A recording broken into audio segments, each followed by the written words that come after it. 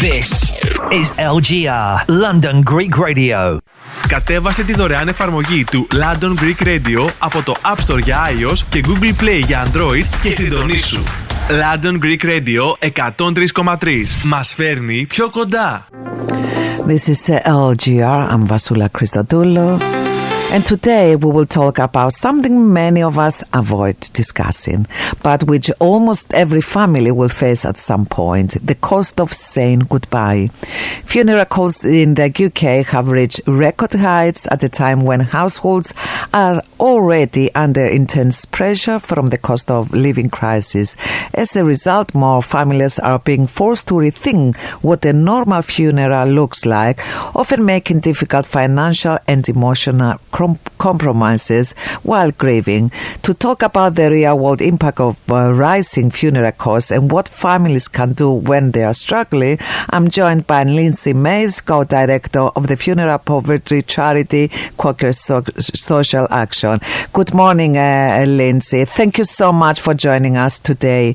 And to begin with, when we hear phrases like the cost of dying, it can sound quite abstract. From your perspective, down to earth, just how expensive has dying become in the UK today? Thanks very much for having me. In London specifically, where costs are generally much higher, a simple attended funeral, so a funeral that mourners can attend, but that is fairly simple, in London is £4,897 on average, according to this report, the cost of dying report that came out last week. That's a huge amount of money for many people. You know, when as you said, you know, the cost of living is still a significant problem for many people. And lots of people are struggling to put food on the table. Yes, it is a huge amount of money. And based on the families you support through your helpline, how are these rising funeral costs actually affecting people on the ground financially, emotionally, and psychologically? Yeah, this is sort of the really important part of it. We speak to people all the time at Down to Earth, the funeral poverty project that we have here at Quaker Social Action. We speak to people all the time who are faced with choosing whether they can pay their rent because they need to sort of find some money to pay for a funeral, or they cut back on food in order to be able to do that, to be able to put money towards the deposit. It can leave people in debt for significant period of time, and that the debt from a funeral is quite specific because it's tied to that loss, that death that you've had, and the grief, and makes it that much harder to move on, I think. That sort of ties me into the impact on people's ability to grieve, to be honest, because people are often focus so much on where on earth the money is going to come from that they don't have the mental space to grieve, to give that time that they need to be able to process their loss. The anxiety that people experience, the difficulty sleeping. Sometimes we speak to people who have experienced a worsening of their existing depression because of it. It's really significant, and in this report it highlights that because of those people who said that they experienced financial difficulties when paying for a funeral, 70% of those people reported an impact to their mental health, and 58% reported an impact to their physical health. So this is a really big issue, and it's shocking that this is the case in the UK in 2026, and the government really needs to step up, take this seriously, and take action to stop this happening. Absolutely.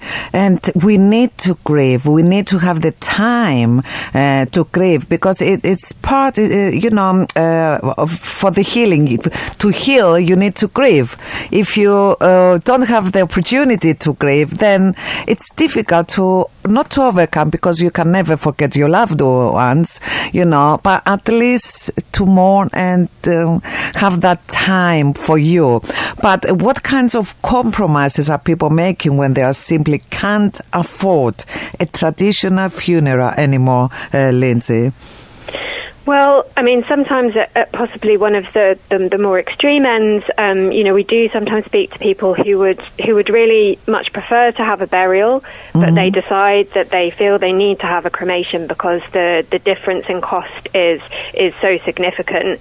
A simple attended burial in London on average is £7,643, whereas a simple attended cremation is just under 4,000. So there's a massive difference there, but that's obviously a really significant decision to take, especially if your faith or your belief means that you would prefer to have a burial.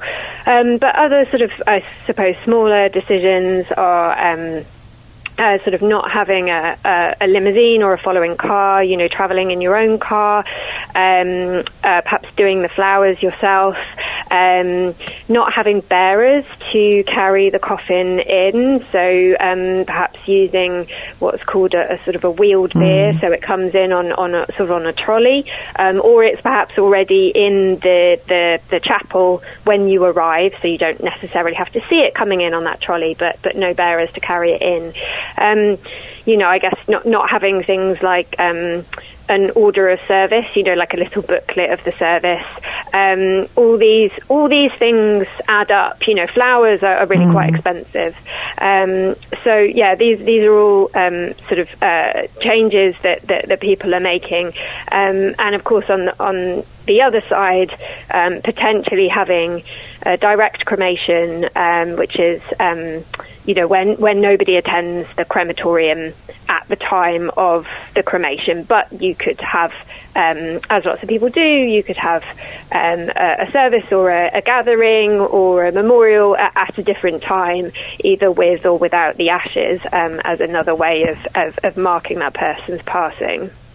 Do you think, Lindesay, that discussing about it, before someone passed away, might help? Because research shows that when families have even a basic understanding of a loved one's wishes, it can significantly reduce both stress and cost.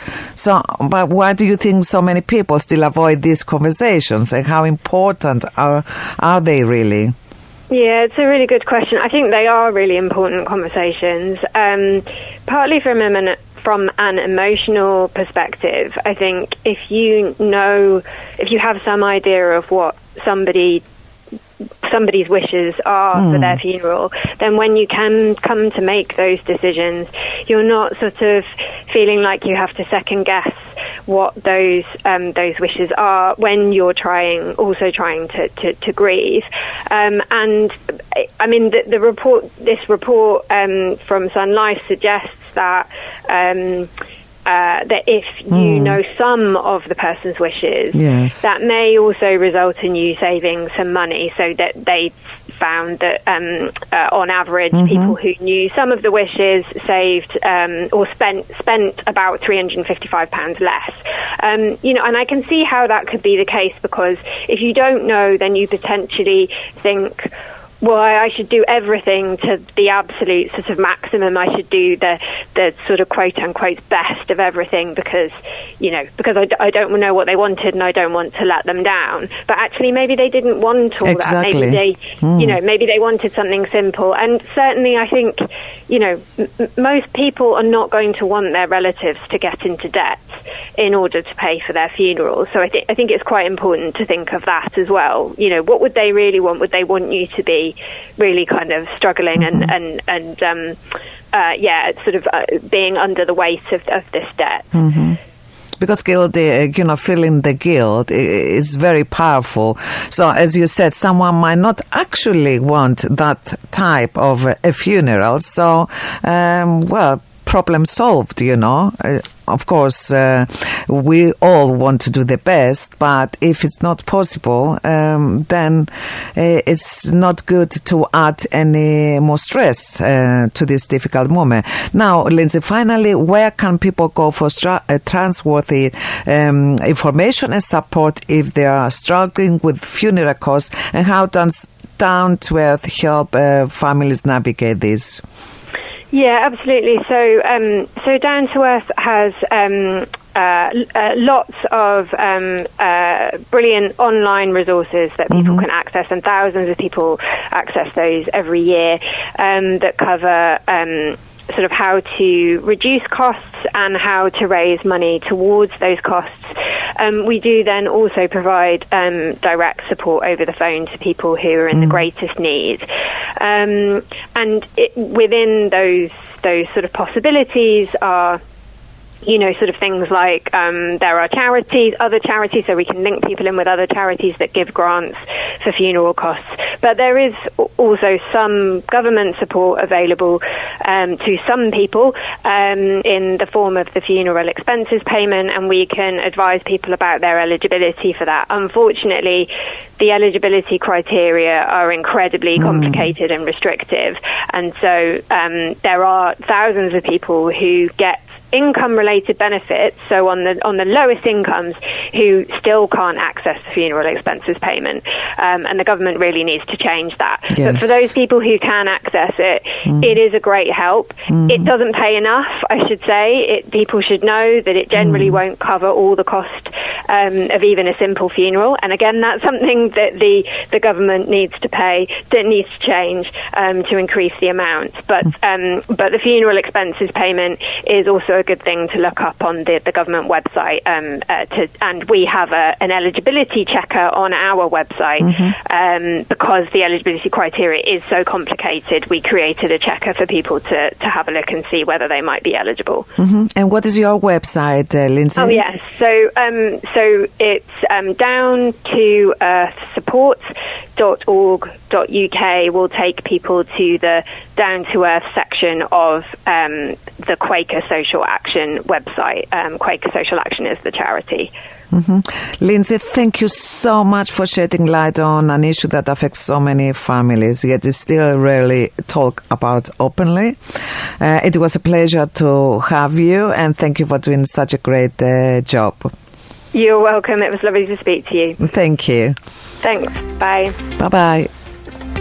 This was Lindesay Mace, co-director of the funeral poverty charity Down to Earth, speaking to us about the real impact of rising funeral costs and the importance of planning, awareness and support. This is LGR, London Greek Radio. Ο αγαπημένος σου ελληνικός σταθμός στα social media. Ακολούθησέ μας στο Instagram και στο TikTok, βρες μας στο Twitter και κάνε like στη σελίδα μας στο Facebook London Greek Radio.